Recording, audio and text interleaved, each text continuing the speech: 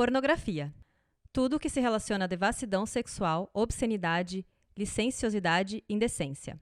Caráter imoral de publicações, gravuras, pinturas, cenas, gestos, linguagem. Você acabou de escutar as definições do dicionário, também conhecido como tira-dúvidas ou tira-temas.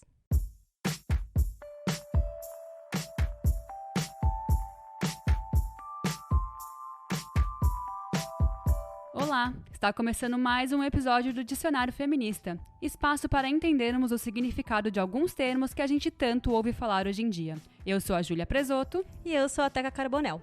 Nesse programa, nós vamos para o segundo episódio de uma série especial chamada Enciclopédia Feminista. Para completar nossa enciclopédia, iremos convidar uma vez por mês pessoas que vão trazer um ponto de vista mais profundo sobre alguns temas que são extremamente necessários, se não urgentes, para serem desmistificados. Hoje vamos abrir a nossa enciclopédia na letra P e falar sobre pornografia. O termo pornógrafos nasceu na Grécia Antiga e significa escritos sobre prostitutas. Ele foi pela primeira vez usado por Luciano de Samósata em obra intitulada Diários de uma Cortesã. As práticas gregas de representação da nudez e do sexo em pinturas e estátuas mostram quanto, nessa cultura, a pornografia não era algo a ser evitado ou reprimido. Ao contrário disso, festas eram organizadas em homenagem ao deus Dionísio, regada a vinho, onde a prática sexual era apreciada sem moderação. Tal liberdade sexual foi defendida pelo indiano Malagana Vatsyayana. Eu não sei se está certo, Malanaga. tá, gente? É Malanaga. Malanaga. Vocês me perdoam? Muito difícil esse nome. Em sua famosa obra chamada Kama Sutra, esse todo mundo conhece, datada pelo século II d.C. Nele, o autor compilou mais de 500 posições sexuais, além de associar o sexo a uma criação divina. Em contrapartida, na Idade Média, essa ideia foi totalmente reprimida e categorizada como um dos pecados capitais da luxúria. A criação da Inquisição em 1231 marcou a intolerância extrema a tudo que remeta ao erótico e à nudez. Foi durante a Revolução Francesa que tal moral religiosa foi atacada fortemente. Um autor iluminista apresentaria uma visão muito única a respeito da pornografia. Marquês de Sade teria descoberto em clubes secretos a prática de unir a brutalidade ao sexo, também conhecido como sadismo. Após ser preso acusado de abusar e estuprar uma mulher de 36 anos, Sade escreveu Os 120 Dias de Sodoma e Os Crimes de Amor. Parece que essa ideia muito peculiar a respeito da liberdade sexual foi a que prevaleceu com a evolução da tecnologia e o advento do cinema. Não é à toa que o primeiro filme pornográfico com grande sucesso comercial é o tão conhecido Garganta Profunda, lançado em 1972. O filme, que arrecadou 600 milhões de dólares, teve como atriz principal Linda Lovelace. Ela tinha 23 anos na época e recebeu 1.250 dólares de cachê. Mais tarde, ela afirmou que, se você vê Garganta Profunda, está me vendo ser estuprada. Uma indústria que começa assim, coisa boa para as mulheres não é.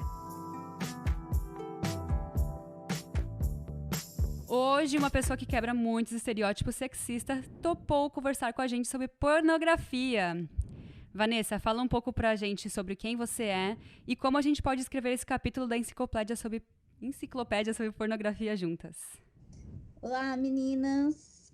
Vamos lá, eu sou Vanessa Daniele, é uma confusão de nomes por conta disso. Eu comecei como Bárbara Costa, porque há 10 anos atrás você tinha que criar um nome para você não podia usar seu nome real. Então, eu tinha uma amiga na faculdade na época que chamava Bárbara e eu coloquei Bárbara e o Costa veio. Aí, quando eu me aposentei como atriz, eu criei o canal no YouTube para isso. Me aposentei como atriz para virar youtuber. Eu coloquei Bárbara Nerd, porque o canal chama Barbaridade Nerd, para unir as duas coisas. E eu passei por um longo tratamento depois que eu saí dessa bolha da pornografia. E eu saí dessa bolha, dessa coisa toda assim. Porque as meninas que estão na pornografia e na prostituição, elas vivem dentro de uma bolha. Essa bolha, ela é composta com não sabemos o que é feminismo. Não sabemos mesmo. Elas não sabem. E elas até defendem o machismo. É muito estranho. Eu descobri isso depois. Então, quando eu me tratei durante 3 anos, me ressocializando, vamos dizer, voltando para a sociedade, voltando para a faculdade, para me formar, que eu me formei, trabalhando em agências de publicidade. Eu comecei com um estágio de marketing numa agência chamada Digital Stars, que é a agência de YouTubers. E aí eu fui descobrindo que o mundo não era tudo aquilo que eu vivi durante todos aqueles quase 10 anos que eu vivi, que eu chamo de inferno. E eu comecei a entender o que é o feminismo, essas coisas todas. Então eu quero deixar claro que tudo que eu digo aqui hoje e também para outros veículos, eu digo porque hoje eu posso dizer, hoje eu posso falar. Tem diretoras ainda que filmam, ainda tem atrizes que eu conheço, tem meninas que trabalham na prostituição, mas eu decidi não me calar. No começo eu ficava imparcial, não falava nada, só pensava. Hoje eu decidi tentar me tornar uma espécie de ativista contra as práticas que hoje eu consigo enxergar o que são. A violência contra a mulher de forma psicológica e física, e o quanto ela se submete a isso como se fosse comer um McDonald's na esquina. E é assim mesmo. Ela realmente sai de uma gravação e vai comer um McDonald's na esquina, como se nada tivesse acontecido. E é complexo isso, porque ninguém fala sobre isso. Ninguém discute sobre isso. Então eu sou Vanessa Daniele e é só Vanessa eu que posso falar isso agora. Porque eu tomei uma decisão muito importante na minha vida, que é eu não volto mais a fazer pornô. Então eu falo. Outras meninas não falarão. Se vocês convidarem meninas que são atrizes, o ponto de vista delas vão ser muito diferentes dos meus, e eu sei por quê, óbvio. Eu também já falei a favor do pornô. Porque quando eu fazia pornô, eu precisava comer. A gente não fala mal daquilo que a gente tá comendo no momento. É isso, sou youtuber, streamer de jogos, mas meio que minhas redes estão mudando um pouco, porque eu tô indo para esse lado de contar minhas experiências sobre coisas que eu passei, quase sequestro, depressão, transtorno, suicídio, várias coisas. E aí eu divido isso com uma pequena parcela de pessoas que são interessadas nesse assunto. E outras pessoas já não são tão interessadas nesse assunto, porque o meu público ainda, por ter sido Bárbara Costa, é por si masculino, a grande parcela deles. E ainda mais porque no seu canal, você fala sobre a cultura nerd, né? E a cultura nerd é muito masculina, né? Ela é masculinizada. O esporte, por exemplo, ele tenta fazer aquela coisa assim, vamos incluir as mulheres, a diversidade, Samira Close, Rebeca Trans, que são streamers famosíssimas, drag queens, o Irritado, Luba TV, sabe? Tem a inclusão, porém ela é muito forçada. Eu acho que ela é muito forçada. Ela é muito do tipo, vamos fazer a inclusão porque tem que fazer a inclusão. E não porque vamos fazer a inclusão porque é necessário, sabe? Eu critico um pouquinho isso, mas também não vou reclamar, porque tá encaminhando. Tá encaminhando. Isso traz um público diferente pra galera geek, pra galera cosplayer, pra galera que curte tudo isso que eu curto, essas coisas nerds e tudo mais, cinema, entretenimento. E eu fiquei um bom tempo apanhando no começo, quando eu voltei para a sociedade, com palavras, por exemplo, filme, vídeo, muitas palavras não conseguia falar, nem escrever, e era uma confusão danada. Então eu queria falar tipo, sobre um filme que eu vi no cinema, fazer um release, falar sobre ele. Então eu tinha que ter muito cuidado com qualquer palavra que eu falasse. E às vezes se eu falasse ela na edição, corta. Porque é motivo para tudo. Para os comentários, claro. Desculpa, eu não entendi. Como assim? Motivo pro quê? Quais eram as retaliações que você sofria?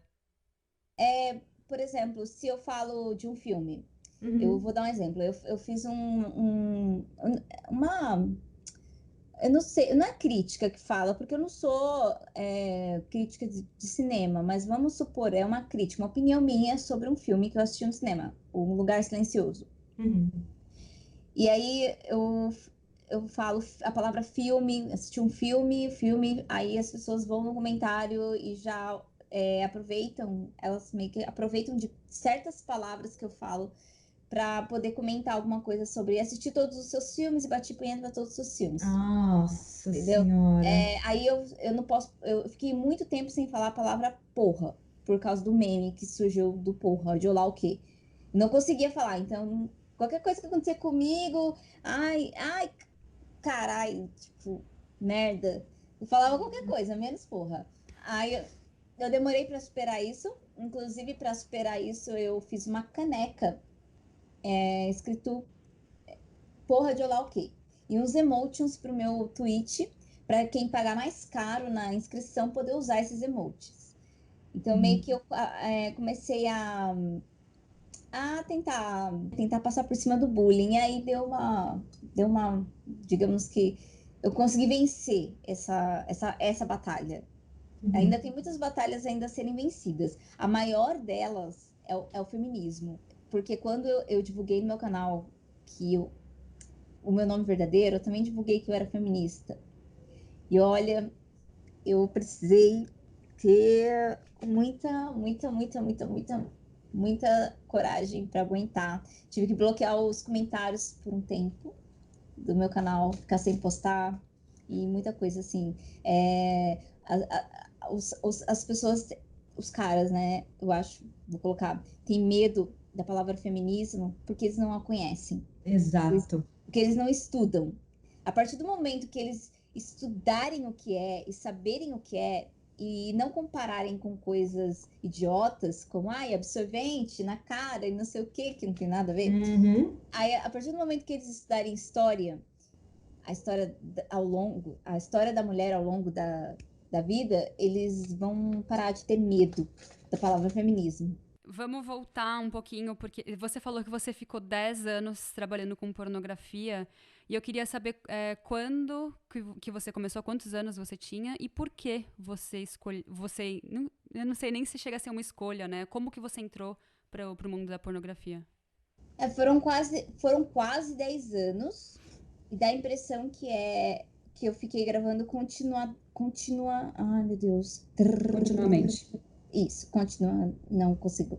Dá a impressão que eu gravei, nossa, 10 anos, todos os dias. Não, não foi isso.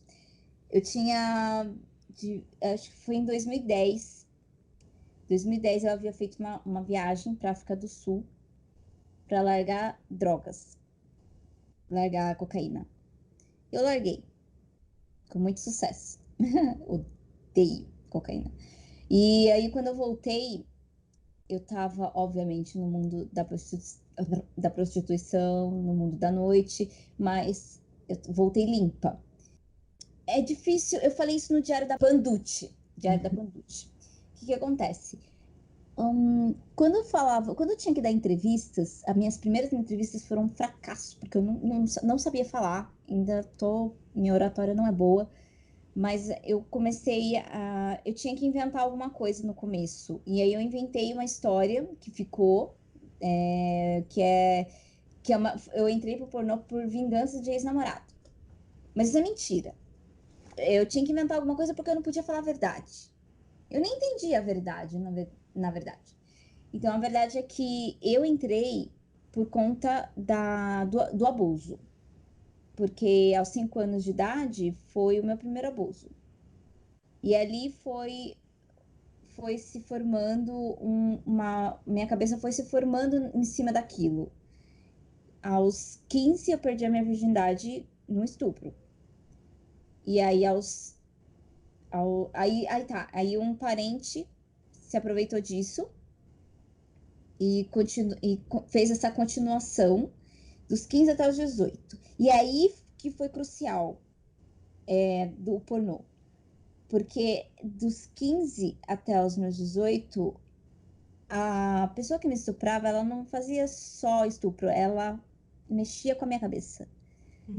É uma pessoa muito inteligente, é um psicopata.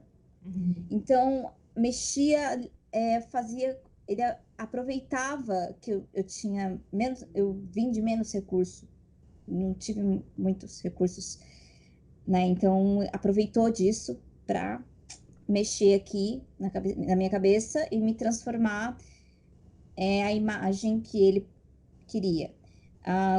Qual que foi o truque dele, que hoje eu entendo? Que eu quase me matei quando eu entendi.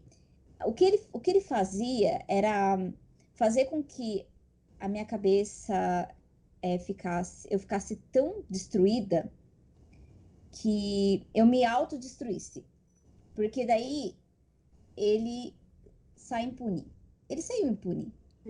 Então, o que aconteceu? Ele me levou para as portas do inferno, que é a prostituição, e de lá eu conheci alguém que me levou pro pornô por conta de escolha. Você trabalha um mês na noite, ganha X, você faz um filme, ganha Y. E para mim era melhor fazer o outro, porque o outro era só uma vez e eu ganhava mais. Então, para mim era muito melhor. E o que aconteceu foi que eu não pensei nas consequências. Eu nunca fui treinada a pensar nas consequências. Então, e também não tinha acesso às redes sociais, coisas como Orkut, internet, Skype, coisas. Hoje, tecnologias que eu tenho acesso, hoje, depois dos meus 30 anos, que outras pessoas tinham, pessoas que eu chamo de privilegiadas, nada contra pessoas privilegiadas, mas eu não tive.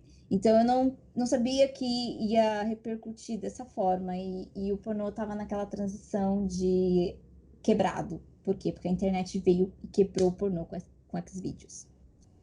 Foi assim que eu entrei. Eu só fui perceber as consequências depois. E aí já é tarde. E eu sempre estive sozinha nesse tipo de coisa.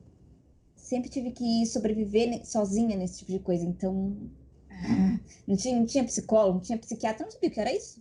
Não sabia o que era feminismo, não sabia o que era o que estava acontecendo comigo. Porque dos 15 aos 18, aqui estava bagunçado ainda. Demorou e ainda está sendo consertado. E aí acabei fazendo pornô. Mas eu em 2010, 12 para 13, eu dei uma parada, porque eu arrumei alguém, e aí eu sumi de tudo, sumi. E aí não deu certo, eu quebrei a cara e voltei com o rabo entre as pernas. Volto cão arrependido, né? Igual do Chaves. E aí eu voltei como? Existe o AVN, que é o prêmio que premia os atores e atrizes pornôs nos Estados Unidos. Aqui no Brasil tem a Sex Hot, o prêmio Sex Hot.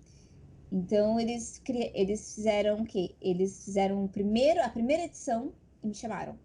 Por quê? Porque eu fui indicada. Eu já estava sem gravar 2 anos. E eles me indicaram. Eu fui indicada e eu fiquei assim, uau, mas o que aconteceu? E lá eu descobri a mídia. E foi aí que eu fiz um plano. Eu já sei como que eu vou sair de tudo isso. Porque eu descobri a mídia, SBT, na época tinha CQC, Pânico. Eu descobri, nossa, eu posso ser.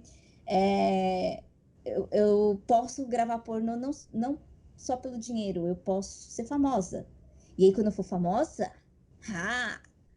aí eu vou fazer coisas que eu sempre vou ser livre para poder falar o que eu quiser, o que eu penso e fazer o que eu quiser.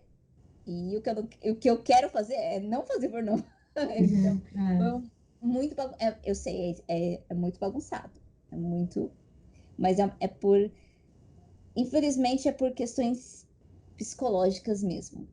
É difícil de entender. Mas eu espero que vocês tenham entendido. Caso não, vocês podem cutucar as partes que vocês não conseguiram pescar, assim, ficaram perdidas, que eu tento direcionar. Eu entendi bem.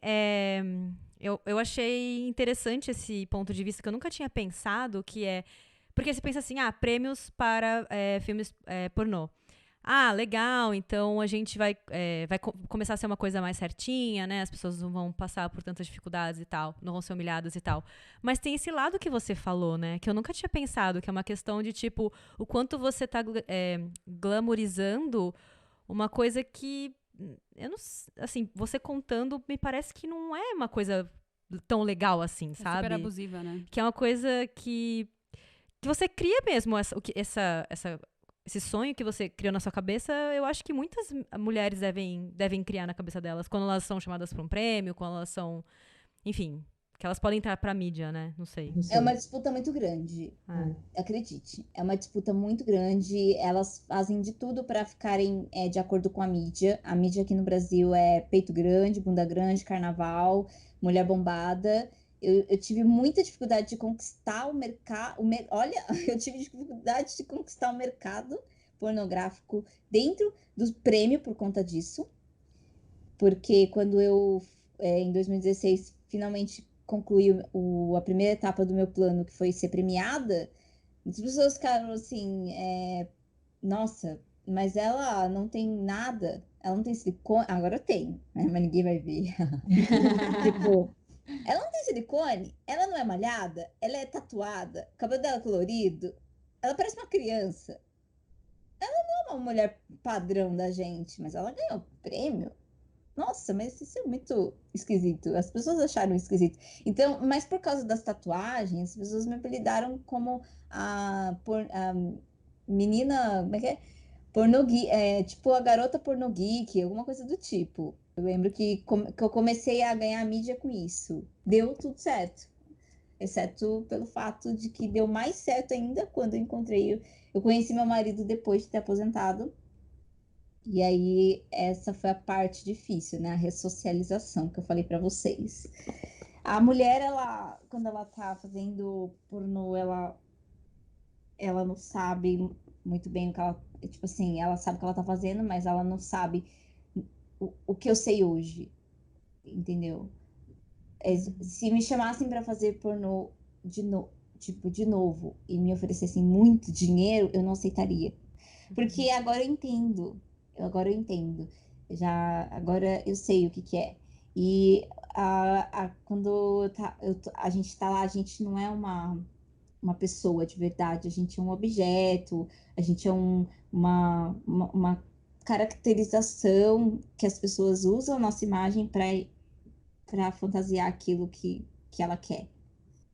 Então, a gente não fala, a gente a gente só tá ali, entendeu? Tipo, a gente só tá ali servindo, né? E seguindo o que os roteiristas, homens, vendem. E para vender, eles sabem o que vendem, então eles colocam as meninas para fazer o que vendem. Tipo, o que vende. Ah, mas o porno soft não vende, então não vamos fazer porno soft. O que tá vendendo é anal, o que tá vendendo é coisa hard, é violência. A gente vai fazer violência porque a gente precisa vender. Então é assim. E ninguém gosta. Eu, pelo menos, eu não gosto de violência. Eu não gosto de apanhar, não gosto de sangrar, não gosto de sofrer. Acho horrível, entendeu? E então, tem menina que gosta, é questão de gosto, mas dentro do pornô isso é indiferente, até mesmo para os homens. Tem homem que passa mal, toma injeção, toma muito Viagra, e aí porque tem que fazer mais cenas e aí acaba vomitando, acaba passando mal e não consegue, fica aquele quebrado, destruído, ou usam droga, muita droga, para fazer tudo aquilo que naquela época era necessário. Quando eu tava me preparando pra conversar com você, eu assisti um documentário na Netflix que chama Hot Girls Wanted. E ele conta a história de meninas nos Estados Unidos que se mudam para Miami, eu acho que é Miami, acho que é Miami, e para começar na carreira de atriz pornô. E são filmes que como é que fala? Amadores. São filmes amadores sempre. Porque sempre pegam meninas que têm 18 anos, que não têm nenhuma experiência, e fazem o que querem com elas, né? Então, esse argumento que você trouxe de você pode escolher trabalhar um mês e ganhar um salário mínimo, ou fazer um filme e ganhar 3 vezes o salário mínimo, é a mesma coisa que leva essas meninas a fazerem isso. Então, elas falam, é exatamente a mesma coisa, tudo que você falou. Elas queriam dinheiro mais rápido para cortar um caminho, né? Uma delas que foca bastante numa das meninas, ela mora com os pais e ela não quer mais morar numa cidade pequena, ela vai para Miami para viver uma vida, entre aspas, de luxo. Aí você vai ver a casa que ela mora com mais 15 meninas horrorosas, assim, né? E elas querem ser famosas, elas querem ganhar coisa, elas querem que todo mundo saiba quem elas são. E eu fiquei refletindo muito sobre essas duas coisas, sobre como essa indústria está se aproveitando da ingenuidade de uma menina de 18 anos, que ainda é uma adolescente, né, 18 anos, e como a gente está alimentando uma vida que é inalcançável, né? Eu e a Teca já conversamos sobre isso no episódio passado, sobre como a mídia cria uma vida inalcançável para que a gente continue lutando e consumindo para que a gente chegue lá, só que não existe um lá, né? As pessoas não chegam lá, porque quanto mais longe elas vão, mais longe elas querem ir. E aí uma delas fala que dentro dessa indústria as pessoas dizem que você aguenta 3 meses e vai embora. Porque se você é amador e tal, é difícil, é muito concorrido. Então você é 3 meses uma carne nova e depois você é meio que demitida, assim, né? Tipo, ou você vira profissional ou tchau. E aí a menina falou, não, eu não quero só 3 meses, eu quero mais. E quando chegou no 4º mês, ela tava destruída, assim, ela tava com doença, porque ela usou tanto, eu não sei explicar direito, mas ela usou tanto um canal que faz a lubrificação da vagina que gerou um coágulo e ficou entupido e criou uma bolha. Ai. E ela tava com muita dor e tal. Então, é muita ingenuidade, sabe? E as pessoas... E é uma ingenuidade que faz sentido, porque ela é uma criança praticamente, né? Ela acabou de entrar para a maioridade. E é simplesmente um ser humano, o cara que era o dono delas, entre aspas, tinha 28, se aproveitando totalmente de uma pessoa que não tem experiência nenhuma na vida, e essa pessoa só quer cortar caminhos, né? Enfim, fiquei bem, bem chateada, assim, de ver como uma vida pode ser destruída com uma ideia que não vai ser real, né? E até comparando isso que a Ju comentou com o que você falou também, Vanessa, que você falou que você meio que fez uma opção de ir para a indústria pornográfica e sem pensar nas consequências, porque você não tinha sido treinada a pensar nas consequências. Mas você acha que na época, assim, eu não sei qual idade que você tinha, mas vamos por, sei lá, uns 18 anos, eu não tinha noção das consequências muito bem também. Eu fazia muita besteira. Até hoje a gente faz besteira, mas acho que quando você é nova, você faz umas besteiras sem pensar em consequências, sabe? Eu também não sei se é muito certo você te culpar por você não saber das consequências quando você tinha 18 anos, sabe? Eu tinha 21 anos, mais ou menos. Mas é real isso. É real. Faz sentido. Mas a sociedade não prega isso, não. Na realidade. Uhum. A realidade é que com 15 anos você já mede suas consequências. Uhum. Como mulher. A mulher, então... Homem pode ter até uns 25, tudo bem. Agora a mulher com 15 tem que pensar em tudo antes. Temos aí o menino Neymar, né? Então meio que faz sentido. Porém, eu tinha... Que nem as meninas que queriam cortar caminho... queriam alcançar o glamour, a fama e tudo mais. Eu não cheguei... O que eu passei é um pouco diferente. Porque... Como é que eu vou explicar? Quando eu entrei pra noite, quando eu entrei pro pornô, quando eu entrei pra aquela vida, pra aquela bolha, eu não estava preparada. Mas eu tinha que sobreviver, né? tinha que sobreviver, eu tinha que saber. E conforme as coisas iam acontecendo, eu fui dando um jeito nelas. Eu havia me viciado em cocaína e eu não vi saída, viajei para largar as drogas e consegui. Aí eu consegui perceber o tipo de pessoas que eu não queria estar perto. Eu meio que fui criada nisso. Fui criada nisso, nesse meio. E eu não conseguia enxergar coisas que hoje eu enxergo. E eu só fui amadurecer e começar a pensar em consequências lá para os meus 28 anos. E foi uma época difícil para mim, porque quando eu pensei nisso, eu não queria mais viver. Eu pensei assim, meu Deus do céu, a minha vida inteira foi desperdiçada. Era para eu ser uma médica ou alguém fazendo algo legal, sabe? Alguém importante, ou fazendo, sei lá, estudando, fazendo um doutorado, mestrado, viajando o mundo, sei lá. Era para eu estar fazendo alguma coisa. Não era para eu estar aqui. O que eu estou fazendo aqui?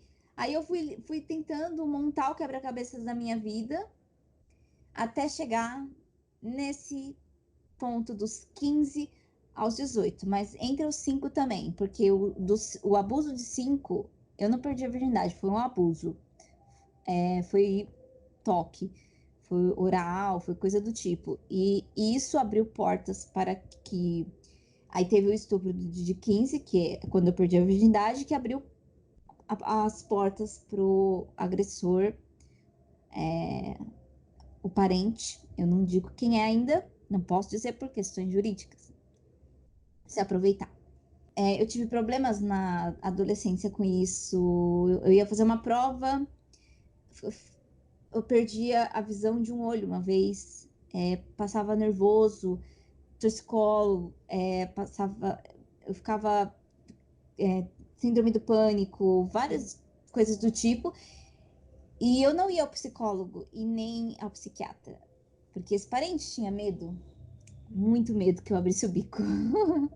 Agora, quando agora eu tenho, tipo, sobrinhos e sobrinhas, são meninas que estão crescendo. E elas têm contato com esse parente. E eu fui tentar foi uma tentativa de avisar a família, minhas irmãs, parentes, e eles não acreditaram em mim. Foi a coisa mais horrível que me aconteceu. Foi agosto do ano passado. E eu quase me joguei do prédio do 14º andar onde eu moro.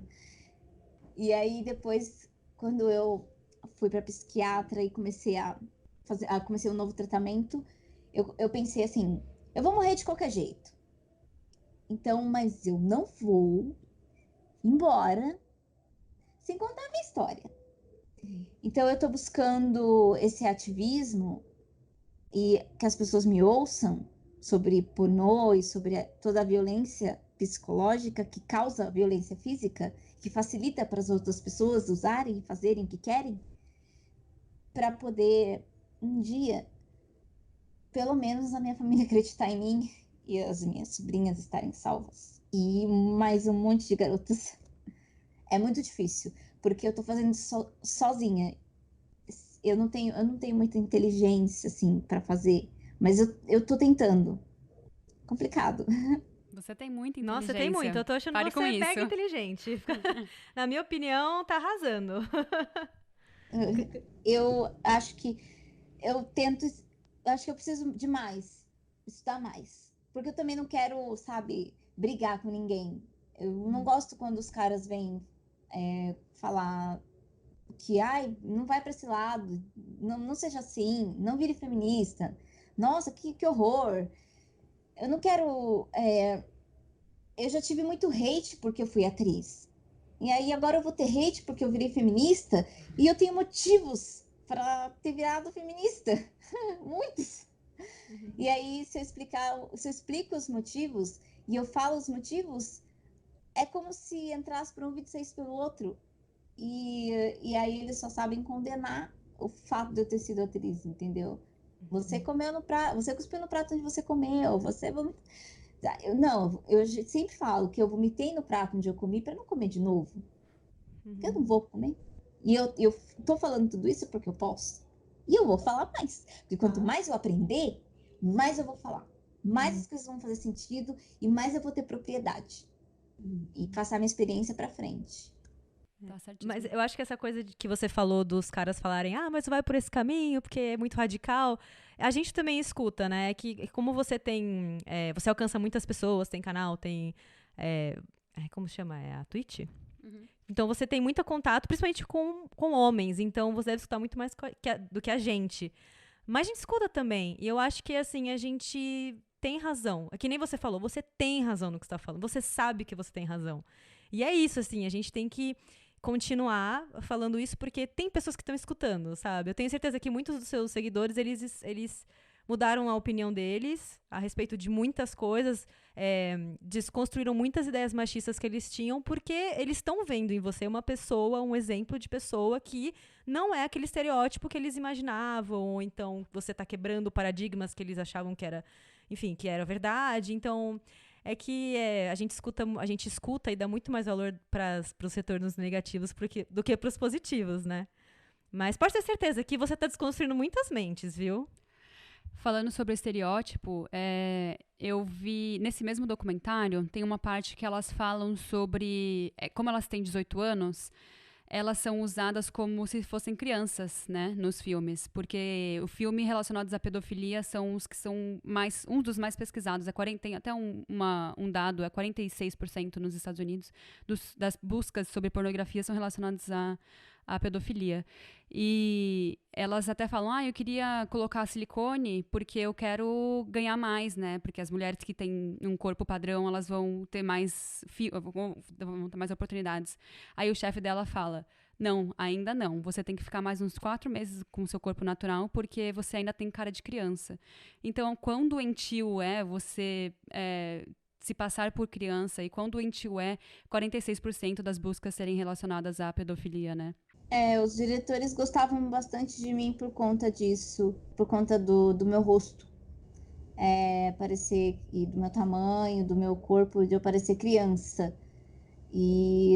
Mas eles também, muitos insistiam para eu me montar. Se montar é colocar o silicone, tomar bomba, essas coisas. E eu falava assim, eu pensava assim, eu não era feminista, mas eu pensava assim, eu não vou colocar silicone.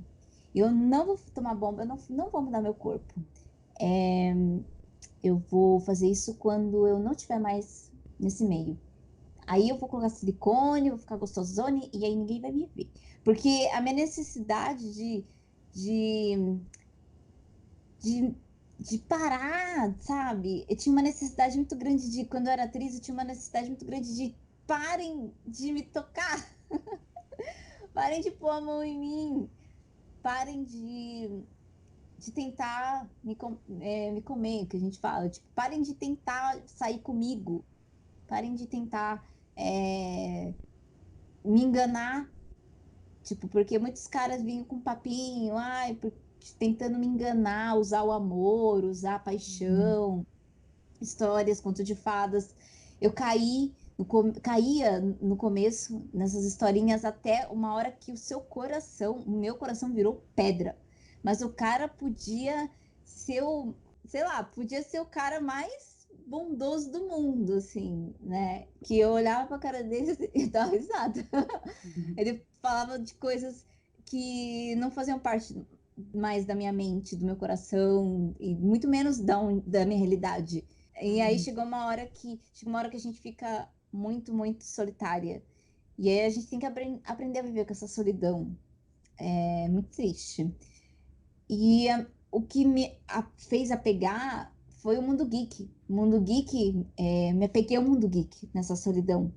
Foi aí que começaram as tatuagens, o cabelo e quadrinhos. E eu já tinha esse contato antes, mas eu não era aquela ficcionada. Eu virei a ficcionada.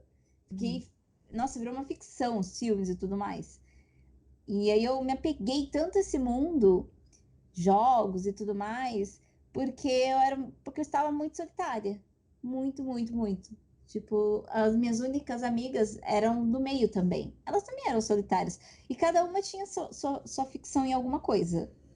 Então, eu não sei, não sei como que, como que cada uma tá agora, como que é. Eu sei como que é depois, como que é antes, durante e depois.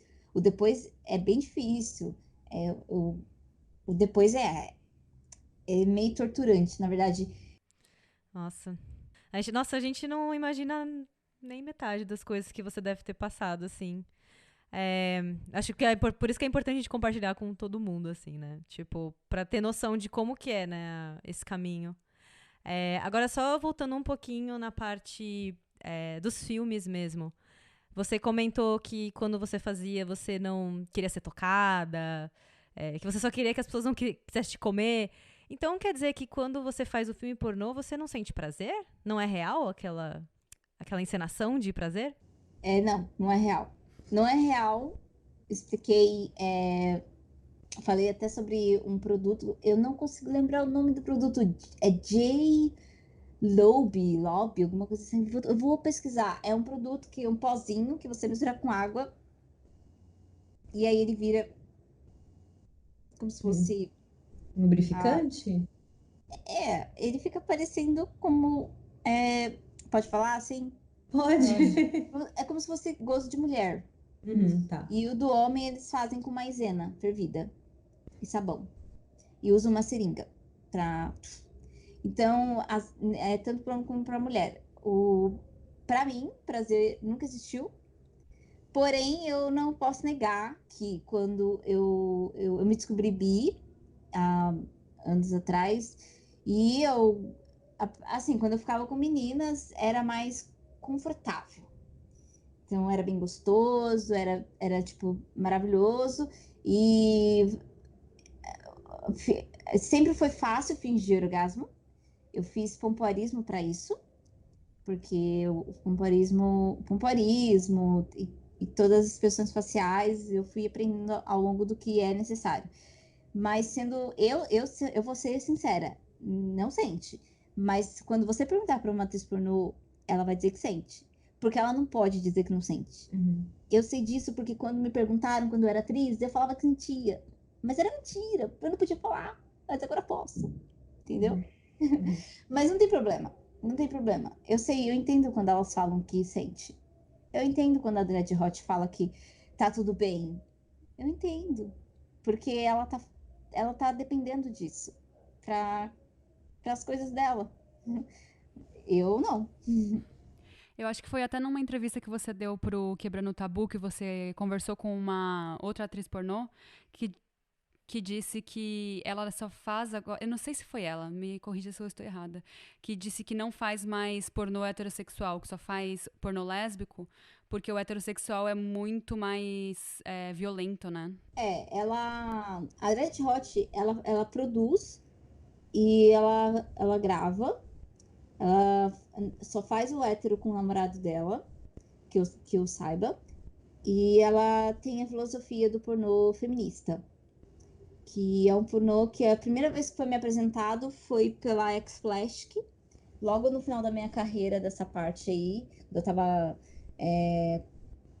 próxima de ganhar os prêmios, e a Mayara Medeiros falou para mim, a gente vai fazer uma gravação muito diferente, é com falas, a gente vai pegar suas expressões,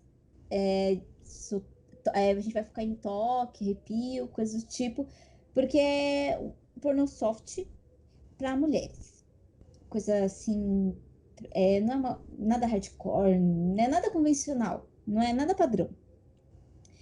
E todo esse rolê levou quase um dia todo para fazer. Porque foi muito mais difícil do que fazer um convencional, que é um motel, a cama, o homem e a mulher gravando. Então, 40 minutos tá pronto. Manda pra edição. E aí foi aí que eu nem sabia o que era feminismo, mas quando ela falou pornô feminista, eu achava que era assim, deve ser alguma coisa do tipo, sei lá, eu não entendia no momento, naquele momento, né? Eu falei, ó, deve ser alguma coisa do tipo namoradinho, algo do tipo, e era realmente isso. Só que a Dread Hot tentou me explicar o que era pornô feminista, e eu, como estou fora dele, não consigo entender ainda. E eu não consigo ver, eu não consigo assistir pornô. Uhum. Ela até brincou comigo, ela falou, vou te mandar os links para você assistir, para você poder ver que as coisas mudaram, que a gente tá mudando as coisas. Falei, olha, quando eu me sentir preparada, eu assisto, tento assistir, sei lá, porque eu não consigo assistir. Não consigo. Imagina. Pra mim é muito complicado. Eu peguei a parte ruim. Ela falou, ela fala assim, eu peguei a parte boa, né? Eu falei, mas eu peguei a parte ruim. E a maioria pega a parte ruim, né? Ela foi provavelmente ela é uma das poucas privilegiadas que não sofreram com isso, né? Talvez. Eu acho. E nessa entrevista, falando um pouco também sobre a pornografia feminista, rola uma grande discussão de o pornô deve acabar ou não, né? E eu fiquei refletindo tanto sobre isso, porque assim, é legal que tenha o pornô feminista, mas enquanto tiver pornô, ainda vai existir violência contra a mulher, ainda vai ter pessoas reproduzindo o que elas veem no pornô feminista. Então, quer dizer, na pornografia. Então, eu acho que só daria pra fazer certo se desse um reset. Vamos acabar com tudo que tem hoje e vamos fazer só dessa forma. Eu não acho que isso vai acontecer. Eu não sei qual que é o seu pensamento sobre isso, porque o ser humano, ele gosta disso, né? Ele gosta de ver outro ser humano transar. E não vai mudar. As pessoas, assim, eu vejo como o pornô feminista sendo uma boa solução, eu vejo que a regulação, fazer leis que protejam a mulher, também protejam o homem, sejam uma boa solução, mas eu não vejo isso acontecendo num futuro próximo. Você tem alguma perspectiva, alguma expectativa de alguma solução? Eu falei sobre isso no Quebrando o Tabu com a Dread Hot, sobre a reconstrução dele. Ela tem razão em dizer que ele não vai acabar, porque é como droga, vai surgir, e quanto mais você proibir, é aí que vai surgir mais ainda, e da pior maneira possível. E que a reconstrução é necessária, que ele seja reformulado, que ele seja, que como ela disse, também tenha regulamentação. A X-Flash que fazia uma coisa muito legal, que eu gostava muito, porque como ela faz muito lesbo, ela pede Papa Nicolau das meninas. E eu ficava assim, quando a primeira vez que a Mayra me pediu o exame, eu fiquei, nossa, mas que interessante. Tá, tipo, nunca nenhuma produtora se preocupou com isso. Nunca nenhuma produtora, tipo, parou pra pensar. Eu acho que se as produtoras parassem pra. As gringas, todas as produtoras, sei lá, parassem para fazer essa reconstrução, essa implementação de vamos parar de. Vamos mudar nossa imagem no mercado, nem que seja para isso. Vamos mudar, porque talvez, sei lá, a gente bata na mesma tecla de que tá ruim, tá ruim, tá ruim, tá ruim, e aí o pornô começa a ser menos consumido, vamos supor. E aí isso mexe no bolso dos produtores. Aí, peraí, por que tá sendo menos consumido? Peraí, tá sendo menos consumido porque as pessoas estão criando consciência. E qual consciência as pessoas estão criando? Que a mulher, ela tá sendo machucada, ela não sente prazer, ela tá pegando doença, ela tá se matando, depressão, o homem tá também. Como é que a gente faz para resolver esse problema? E aí, talvez mexendo no bolso dessa galera aí, uma reformulação, uma reconstrução possa vir a acontecer. Porque eu acho que mexer onde dói realmente é que pode mudar. Né? Então vamos aí pensar num jeito de produzir uma coisa que agrade a galera de uma forma que ela assista sem o peso na consciência, vamos supor. Talvez algo do tipo, porque daí ela vai consumir, ela vai, sei lá, ela vai consumir, ela vai tipo, consumir, então eu vou ganhar o meu dinheiro e tá tudo tranquilo, entendeu? porque essa responsabilidade é dos produtores. Uhum. Mas eles não pensam nessa responsabilidade, porque eles estão pensando só no dinheiro. Não é só as meninas que pensam nisso, ou os caras no cachê, é os produtores. Eles querem muito os conteúdos.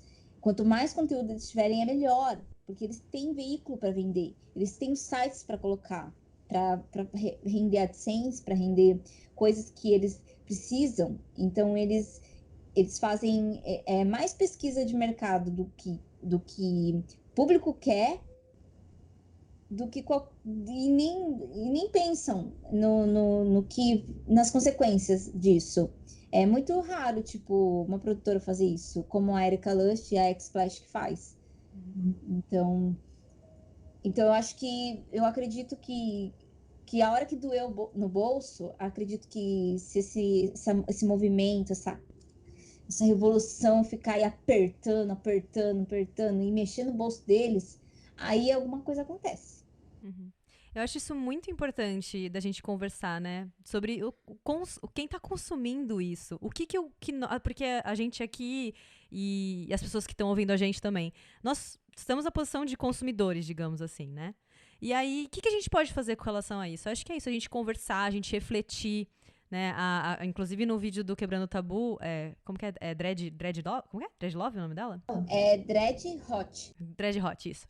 Até a Dread Hot comenta de que você tem que consumir o pornô da mesma forma que você consome produtos sem glúten, se você for alérgico a glúten. Eu sou vegetariana, então eu tenho que sempre olhar para ver se os produtos têm alguma coisa de origem animal, que eu não vou consumir.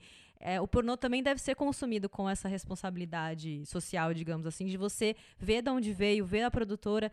E, inclusive, a Ju compartilhou comigo um artigo científico que fala sobre uma produtora nos Estados Unidos de pornô feminista, e ele fez uma análise de como aquele pornô feminista não era tão feminista assim, sabe? No artigo ela dá todos os argumentos, mas assim, eu acho que, como você falou assim, vou consumir um pornô feminista, fiz todas as minhas pesquisas, eu sei que aqui tá de boa, que eu estou consumindo de forma consciente. Porém, eu acho que essa reflexão nunca deve acabar, sabe? Você consome de forma consciente, beleza. Mas assim, como eu posso dizer? A gente tem que comemorar porque estamos caminhando por uma coisa melhor do que era no passado. Mas a gente tem que entender que a gente tem um caminho muito longo pela frente para percorrer. A gente nunca pode deixar de se questionar. Sabe? Porque hoje essa produtora faz um filme que é legal, feminista, mas no próximo filme, esse filme foi feminista. A atriz fez tudo o que ela concordou fazer, porém no filme ela está sendo submissa. O cara tá batendo na cara dela e cuspindo, falando que ela é uma porca. Tipo assim, mas quando ela foi gravar, ela concordou em fazer tudo isso. Ela fez o Papa Nicolau, inclusive, antes. Ela fez o caramba todo, mas o que você tá assistindo? Aquele conteúdo ali, o que ele tá retratando pra você, sabe? É a forma que você quer tratar a sua namorada?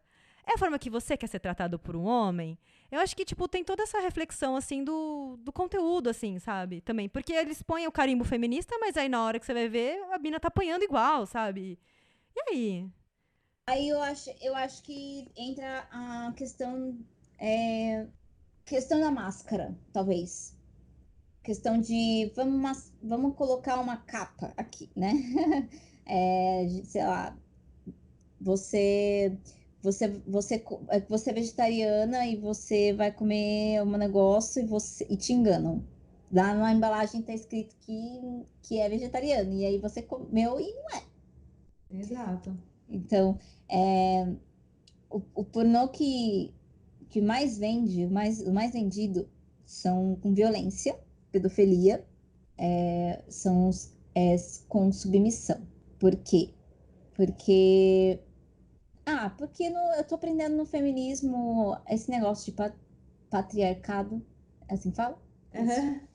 Né? E no feminismo a gente vê muita coisa falando sobre submissão.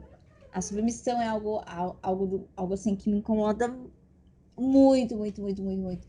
Porque a minha vida inteirinha, eu fui submissa. Todas nós. Mas eu sempre fui rebelde. Sempre fui rebelde. Fui submissa, mas eu sempre fui rebelde. Tipo, mas eu acho que essa rebeldia minha veio de todo o psicológico que envolve. E na época, teve uma época que eu não queria mais nada.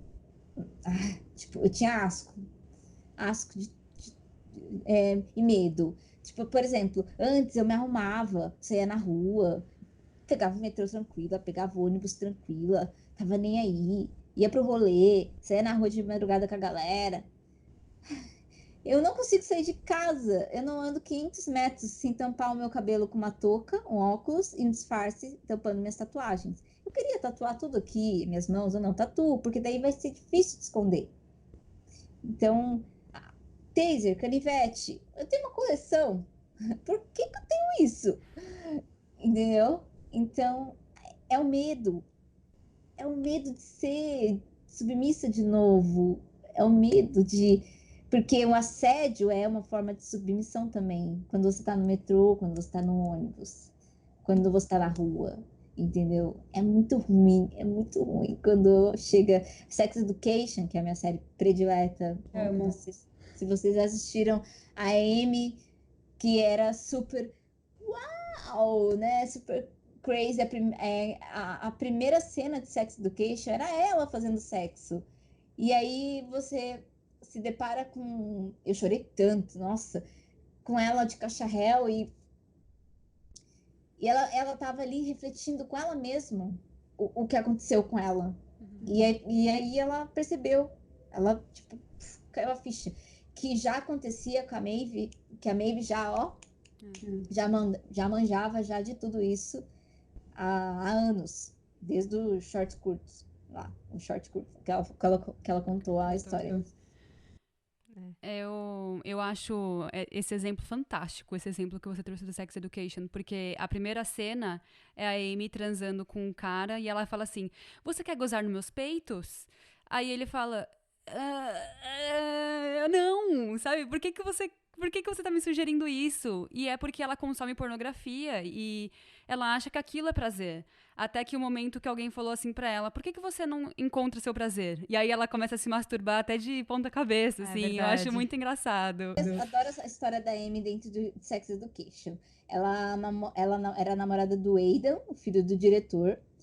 E ela sempre performou, sempre. Porque quando ela se consultou com o Otton, ela tava namorando com o Steve. Ela se apaixonou pelo Steve, o fisiculturista, que é nerd. E aí o Steve percebeu que ela tava performando na cama. E aí não queria transar com ela. Então ela foi falar. Aí o Otton, o Steve perguntou pra Amy, o que você quer fazer? Ela não sabia, né? Aí ela pegou e falou pro Otton, nunca ninguém me perguntou isso. Olha que absurdo. Aí ele falou, mas, né, tipo, você precisa se descobrir. Você tá me prescrevendo uma siririca. Ai, que nojo. Foi muito engraçado, né? Que nojo, como assim? Aí ela foi tentar fazer, e aí ela vai, aí ela achou. Então, meio que é muito legal.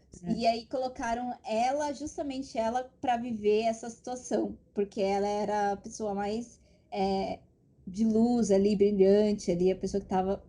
Parece até tipo, por mais que ela estivesse transando e fazendo aquelas cenas e tudo mais, é uma pessoa. Eu via a Amy como ingênua. E aí, depois do que aconteceu no ônibus, ela mudou totalmente. Tem outra série que eu vi que retrata um pouco disso, que retrata bastante o sexo na adolescência, que é a Euforia. E acontece meio que a mesma coisa, só que ao contrário, assim. Eles vão perder a virgindade e o cara chega sendo muito violento.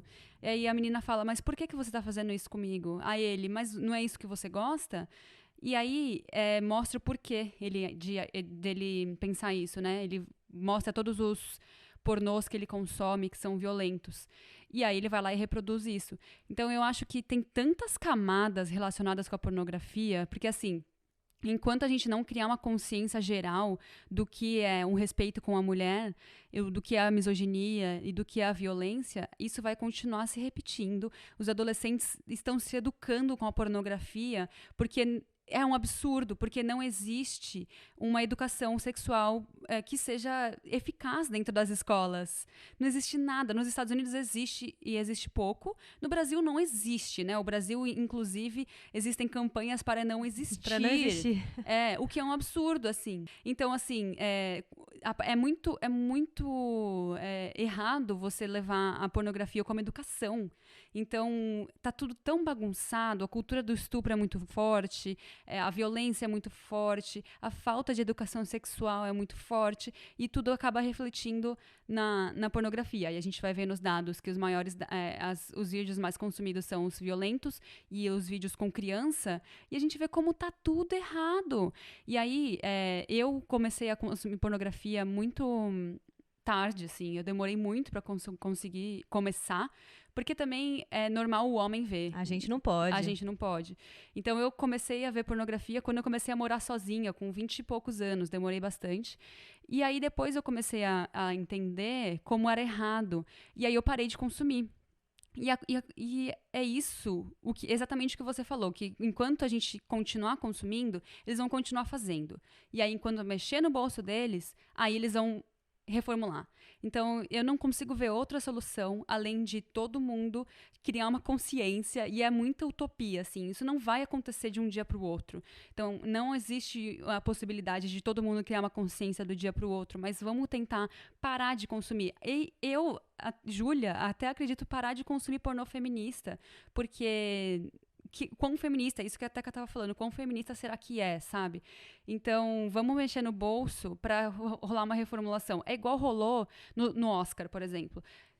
Ninguém falava sobre isso. De repente, todo Oscar é ativista. Toda pessoa que recebe um prêmio fala sobre alguma coisa que é ativista. E assim, 5 anos atrás não era assim, sabe? Então, precisa mexer muito nas estruturas para que seja consumido e feito de uma maneira saudável, tanto para quem tá assistindo quanto para quem tá fazendo, né? Eu fico pensando que essa coisa de você proibir é muito perigosa, sabe? Tipo, eu tô agora refletindo um pouco numa moça uma conhecida que tem filhos adolescentes, homens, e um deles começou a consumir pornografia, escondido da mãe, né? Ela descobriu porque acho que ela viu os históricos do navegador, alguma coisa assim. Descobriu que estava vendo pornografia e aí começou a cortar a internet da casa dela de tempos em tempos porque sabia que era o horário que ele consumia. Eu fico pensando assim, é uma solução? Porque não é melhor você sentar com esse garoto, conversar. Essa reflexão que a gente tá fazendo aqui, pra gente é mais fácil, porque a gente é adulta, a gente conhece nossa sexualidade, nós três temos parceiros com os quais a gente já se descobriu, etc e tal. Agora, um adolescente que tá começando a descobrir onde sente prazer, se você proibir, assim, eu digo, eu mulher, que fui proibida de explorar a minha sexualidade por conta do mundo do patriarcado, do mundo machista, tarará, cara, é muito problemático, porque quando você encontra um parceiro ou uma parceira, o que ele falar pra você, você vai entender como verdade, porque foi que nem vocês falaram, você pergunta pra menina, mas o que você gosta de fazer? Eu não sei. Eu gosto de fazer o que o filme falou pra mim que é o certo, ou o que o cara falou pra mim que é o certo. E aí, numa dessas, você cai numa situação que a Vanessa sofreu na pele, que é um cara falando pra ela que o certo no sexo era fazer aquelas coisas horrorosas que ele fazia com você, entendeu? Então, tipo assim, eu acho que essa coisa da proibição eu acho um pouco problemático, assim, sabe? Eu acho que a gente, eu não sei, eu também não acho certo consumir algo sem refletir sobre aquilo que você está consumindo. Eu falei sobre isso no Quebrando o Tabu. Meu primeiro namorado, ele tinha uma fixação por negócio de virgem. A menina ser virgem. E ele casou com uma virgem, largou de mim, já é 3 anos noivo, ele largou de mim e casou em 6 meses com a menina, porque ela era virgem. Meu Deus. E aí eu fiquei muitos anos achando que isso era um problema. Nunca ninguém vai casar comigo porque eu não sou virgem, e pior ainda porque eu fui prostituta, pior ainda porque eu fui atriz pornô. Então, nossa, eu nunca vou ter ninguém. E aí eu descobri que muitos homens que pensam como ele, que a mulher tem que ser virgem, por dentro, acredito eu, uma suposição que eu vou dar é que ele é inseguro. Ele é inseguro e ele quer ter total controle sobre aquilo que ele possui, a mulher. Então ele vai ensinar ela as coisas do jeito dele. E esse meu ex-namorado, ele consumia pornô pra caramba. E ele queria que ele queria que eu fizesse tudo que as do pornô fazia. Quando eu namorei dos 18 até os 20, 21. Foi depois aí, foi bem aí depois. Por isso que essa história surgiu do ex-namorado, gostar de pornô, e aí eu virei por vingança. Mas não é essa a realidade. E aí, meio que eu fico pensando nisso que você falou, do cara, da menina aprender e não passar por outras experiências, para ela poder saber realmente o que ela quer e o que ela gosta. Inclusive no pornô. Porque aí ela acaba assistindo aquilo que o cara quer, porque ele quer que ela faça igual aquilo. Então ele é meio que, sabe, como se estivesse educando uma criança. E falando também sobre educação sexual para jovens e adolescentes, essa parte de conversar deveria ser rotina, deveria ser, não é rotina, é outra palavra, comum. Igual você vai ensinar o seu filho, sua filha a pegar no garfo, a amarrar o sapato, ou tomar banho, escovar os dentes, ensinar isso, porque ele vai fazer escondido e ele vai aprender de forma errada. E aprendendo de forma errada, ele vai disseminar isso e nos relacionamentos que ele vai ter, que vai se disseminando e cada vez mais como se fosse um vírus. Porque a pessoa, a mãe ou o pai, não parou para educar, não parou para falar sobre, não teve não teve oportunidade, ou também passou por isso e aí também não teve essa experiência. Mas a minha mãe não me educou. Ou então, no caso, eu passei pelo, né, muito tempo, por exemplo, já questionei minha mãe sobre isso, e minha mãe, ela foi muito sincera, falou, eu não falei de sexo com você porque eu tinha vergonha, entendeu? E eu acredito nisso, porque é uma mulher mais conservada, mais assim, que, né, tem vergonha de falar sobre sexo e tudo mais. Me prejudicou um pouquinho. Mas se eu tiver um filho, uma filha, isso não vai acontecer. Porque eu não vou ter vergonha de falar. Eu vou procurar fazer da maneira certa, para que as coisas saiam da maneira certa para ela ou para ele, e isso se dissemine como um vírus também, saia como um vírus também. Que a educação sexual deixe de ser tabu, deixe de ser uma coisa errada, uma coisa vergonhosa, e aí isso também vai refletir em cima do pornô. Mas, Vanessa, eu acho que essa coisa dos nossos pais, acho que a geração dos nossos pais, assim, eu acho que nenhum conversou muito com a gente sobre sexo, sexualidade. E eu acho que, pra ser bem sincera, eu acho que as mulheres, as nossas mães, eu acho que nem elas sabiam muito bem, sabia? Não sabiam. Nem elas sabiam que elas gostavam, sabe? Pra virar pra gente e falar assim, então, se você fizer isso, vai ser mais gostoso. Tipo, isso foi uma coisa que eu fui ter consciência depois dos meus 20 anos, assim, sabe? Imagina a minha mãe. Talvez a vida inteira ela passou sem saber o que era o prazer pra ela, o real prazer sexual. Ela fazia mais ou menos o que o meu pai falava, ou o parceiro falava que era pra fazer, e ela fazia, sabe? Eu acho que essa foi uma geração dos nossos pais, foi meio nessa pegada, assim. Mas a gente tá aqui pra virar a mesa, né? Virar esse jogo, né? Porque está complicado, porque a gente não quer que a nossa geração, a futura geração, meus sobrinhos, minhas sobrinhas, filhos e filhas, nossos filhos e filhas passem por qualquer coisa parecida com o que eu passei, ou com que essas pessoas, né, desse meio passaram. Então a gente luta. A gente já tá conversando há 1h30. A gente precisa fechar, senão o episódio vai ficar muito grande. E quem sabe a gente possa até conversar mais uma vez, pra gente ter talvez a gente tenha um feedback das pessoas que tenham dúvida. Eu acho que a conversa, assim, pode ser muito mais longa. Eu só queria, para finalizar, fazer uma pergunta, que é como é que foi e se foi difícil sair do mundo da pornografia? Eu tive ajuda. Então, essa pergunta é um pouco difícil de responder, porque talvez se eu não tivesse tido ajuda, eu não teria saído. Mas eu meio que me forcei. Na época, eu tinha o plano de ganhar os prêmios e, em seguida, anunciar minha aposentadoria e para virar youtuber. E o que me ajudou mesmo foi o meu marido. E é estranho falar isso, mas assim, ele é um cara muito altruísta. É essa a palavra? É.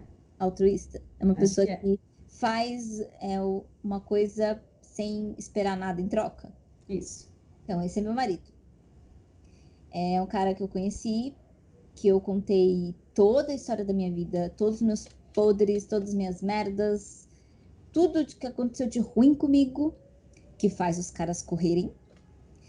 E ele foi o cara que assinou a união estável, nosso casamento, no cartório. E deu o pontapé inicial para que eu entrasse na faculdade.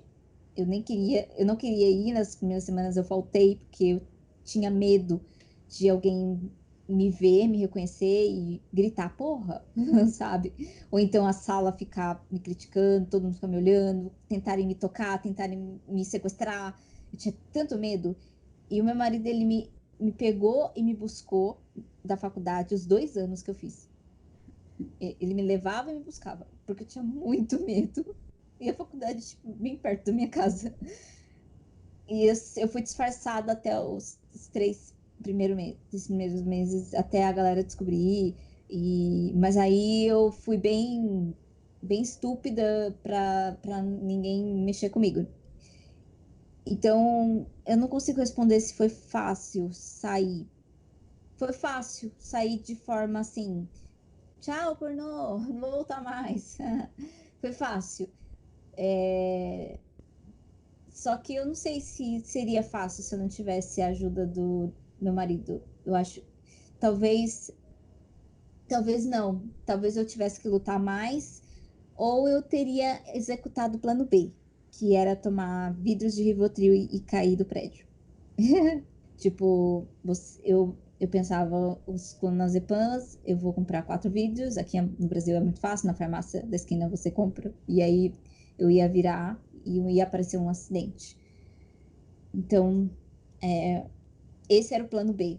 E o plano A era ser youtuber. Eu fui primeiro no plano A, só que dentro do plano A eu conheci meu marido. E o plano B não aconteceu. E aí eu acho que não tem uma resposta se foi fácil sair do pornô. Porque envolve muitas questões. No meu caso, envolveu relacionamento, envolveu finanças, envolveu eu voltar para a sociedade, envolveu um monte de coisas. E ainda envolve. Envolve o fato de eu ter sido atriz e agora eu falar tudo que eu falo, sabe? Para todos os veículos que me dão abertura. Eu sei que isso provoca muito e chacoalha muito a galera que tá trabalhando. Eu sei, eles devem estar bem putaços comigo por conta disso. Mas eu não consigo mais ficar quieta. Porque agora eu posso, entende? Agora eu posso falar. E eu vou falar. Eu não sei. Não consigo responder essa pergunta. É irrespondível. Talvez dizer tchau para a pornografia seja fácil, mas talvez seja mais difícil lidar com o pós, né? Tipo assim, você sabe que você precisava tomar essa decisão, mas depois dessa decisão tomada, tem que lidar com as consequências de olhar para tudo que aconteceu, né? E encarar tudo que aconteceu. Isso nunca é fácil, né? Se quiser viver, continuar no planeta Terra, tem que lidar com as consequências. Eu tô lidando com elas até hoje, só que no começo eu não conseguia lidar de uma forma boa, era tóxica, né? As pessoas sempre bullying, e eu ali, meu Deus, não aguento mais, chega. Agora eu tô usando o que aconteceu comigo para tentar, de alguma forma, ajudar pessoas. Exato. Eu aprendi. Não, pera, agora eu vou fazer diferente. Agora eu tô estudando, agora eu sei um monte de coisa. Eu tô fora da bolha. Sim. Eu tô lembrando muito de um vídeo que você compartilhou com a gente, que também tá no seu canal. Inclusive, a gente vai colocar todas as coisas que a gente falou aqui, a gente vai colocar os links na descrição pro pessoal poder assistir tudo. Mas um vídeo que você compartilhou com a gente falando dessa sua saída da indústria pornô. E esse vídeo me tocou muito, porque você se emociona no vídeo e tal. E eu, assim, a minha reflexão, assim, que ficou... É que, assim, tipo, eu sinto que não é culpa sua, sabe? Eu sinto que, tipo... Você fala que tem que arcar com as consequências, mas, tipo assim, a culpa não era sua, sabe? Não foi você que levou, que fez com que você entrasse naquilo, você sofreu um gaslighting forte, sabe? Pra mim, a culpa era do cara o abusador que fez isso com você. A culpa pra mim é do cara que te estuprou 5 anos, que te abusou 5 anos, do diretor que via a cena e mandava você continuar mesmo quando você tava nitidamente desconfortável, do ator que, quando você falou que não queria que batesse na sua cara, foi lá e bateu na sua cara. E por último, a culpa é do cara que assistiu essas cenas e conseguiu ainda gozar assistindo você sofrer. Ele vai lá Então, comentar, avisar. exato. Normalmente os caras iam lá falar, oi, acabei de bater uma. Exato. Pra mim, tipo, se tem alguém que tem que arcar com as consequências, são essas pessoas, não você. Mas eles não Então, arcam. Mas a gente tá aqui pra mostrar que eles têm que arcar, sabe? Eles não arcam. Nem, essas pessoas que consomem não tem como, mas imagina só a minha situação diante da minha família, que o parente responsável, eu conto isso para minha família sempre me criticou e sempre me viu como a ovelha negra e a pior de todas, por ter sido atriz, e aí eu conto a verdade e todos me viram as costas. Foi difícil. Esse vídeo que você viu foi a minha reconstrução social. Eu desabafo sobre. Eu cortei umas partezinhas que eu falei sobre feminismo, que é complicado falar sobre feminismo, ainda tem que batalhar muito. Eu tô falando sobre feminismo mais no Insta. Então, esse vídeo eu desabafei sobre como. A galera queria saber, né? Como que foi. Eu desabafei sobre como que foi minha reconstrução e tá sendo, né? Porque, sobre as consequências, eu aprendi uma coisa que eu assumo a responsabilidade, as consequências do que eu fiz, de tudo. Porque eu não fiz mal para ninguém. Tudo que eu fiz foi mal para mim mesma, para minha imagem. Eu não prejudiquei ninguém na vida. Só que eu tenho a responsabilidade dos meus atos no futuro, de acordo com as minhas escolhas, que hoje são diferentes. Porque as minhas escolhas antes foram outras. E eu sofria e estou sofrendo as consequências até agora. Então, essa responsabilidade é minha, de seguir em frente e construir algo maior. Porque eu conversei com um cara chamado Jovem Nerd, que vocês já devem ter ouvido falar, Jovem Nerd, e ele falou isso para mim uma vez. Você precisa construir algo que passe do que é atriz pornô. Porque aqui você está sendo vista como atriz pornô. Então, tem que fazer alguma coisa que seja maior do que isso. E eu não conseguia encontrar essa coisa. Ele me falou isso no começo ainda. Quando estava começando no YouTube. E agora eu sei o que é essa coisa. É isso. É usar a minha história para conscientizar pessoas. Sim, maravilhoso. Olha só, então a gente tá sabendo que o Jovem Nerd tá dando conselhos bons nos bastidores, né? Porque eu adorei esse conselho. Foi uma forma. Eu perguntei pra ele, eu falei: o que eu faço, Alexandre? O que eu faço para as pessoas para esquecerem que eu fui atriz? As pessoas não vão esquecer. Mas você precisa. Olha só, Cameron Diaz, o Rock Balboa lá, o Sylvester Stallone, a Gretchen, a Rita Cadillac, todos eles têm algo em comum. O que é? Eles fizeram alguma coisa que sobressaiu. Ninguém esquece que eles fizeram pornô, mas eles não falam sobre isso. Entendeu? Eles falam sobre o que eles fazem agora. Então eu quero que as pessoas falem sobre o que eu faço agora. E o que eu faço agora é militância contra. Acho que é isso. O ativismo, não sei ainda. Tô me como é que fala? Se Me descobrindo. assentando nesse mundo.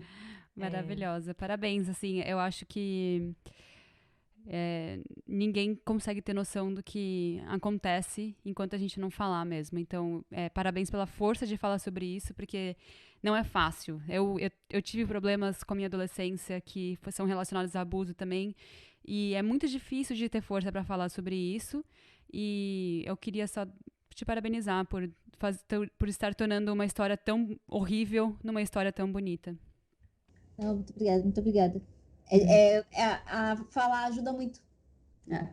Eu falei tanto que é psicóloga e psiquiatra e entrevistas, que isso acaba me ajudando e me dando mais força para criar mais argumentos e estudar mais, também praticar minha oratória, que é bem ruim, para poder dar essa continuidade. Eu antes, no começo, quando eu falava sobre a minha história, eu soluçava de chorar, não conseguia falar. E hoje eu falo e dou um sorriso. Maravilhosa, e fala super bem. Vamos pro closing? Acho que já temos material suficiente para esse capítulo da enciclopédia, mas esse conteúdo tem muito potencial para ser levado adiante nas salas de aulas, nas rodas de conversas e no almoço em família.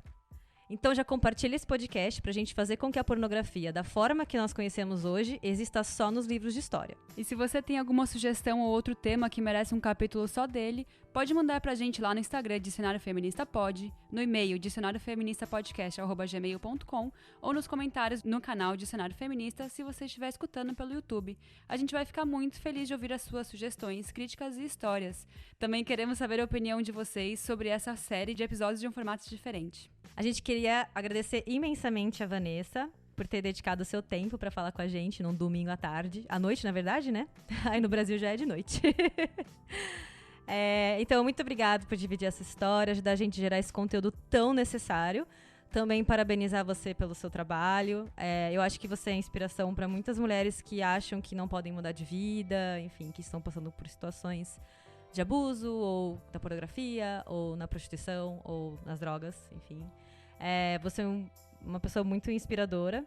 E eu acho legal também para as minas geek, aí as gamers, porque você é uma super gamer. Eu acho isso incrível. Eu tenho a aspiração de ser gamer, mas eu interrompi essa... eu jogaria muito mais videogame se eu fosse mais aceita no espaço geek quando eu era adolescente, mas enfim. Então eu queria deixar aqui o espaço para você divulgar as suas redes sociais, o YouTube, a Twitch, pro pessoal acompanhar você, como que eles fazem. Então, tudo que o pessoal quiser me acompanhar é só procurar Barbaridade Nerd. Porque eu não mudo, muita gente questiona porque eu não mudo, né, pra Vanessidade Nerd. Tiraram isso tudo bem, do Vanessa. Mas é porque Barbaridade Nerd, eu tornei uma marca. Então é só pesquisar Barbaridade Nerd ou pesquisar o meu nome, Vanessa Daniele, com um L e um I, que aparece também em outras entrevistas que eu já dei em vários outros lugares, na mídia também. E o meu canal, a Twitch, eu tô dando um tempo, eu vou voltar em breve. Eu tô muito no Instagram. Eu tô adorando postar vídeos no IG. Então eu convido quem estiver assistindo a ir lá no meu Instagram, me seguir, porque eu me sinto bem confortável de postar as coisas no Instagram. Então é isso, gente. Esse foi o primeiro episódio que nós gravamos fora do nosso habitat natural, que a gente gravou na minha casa. Então espero que tenha ficado bom. E a gente também queria agradecer nossos maridos, o Vitor, que é o meu marido, e o Rafa, que é o marido da Teca, porque eles ajudaram a gente bastante com conhecimento técnico pra gravar. Apesar de que eu e a Teca resolvemos muita coisa sozinha hoje, assim. Muito garotas na tecnologia. E como a gente só trabalha com fatos, todas as fontes citadas nesse programa estarão na descrição. Para quem quiser estudar mais sobre o assunto, é só dar uma passadinha lá. Muito obrigada por ouvir a gente e tchau! Tchau!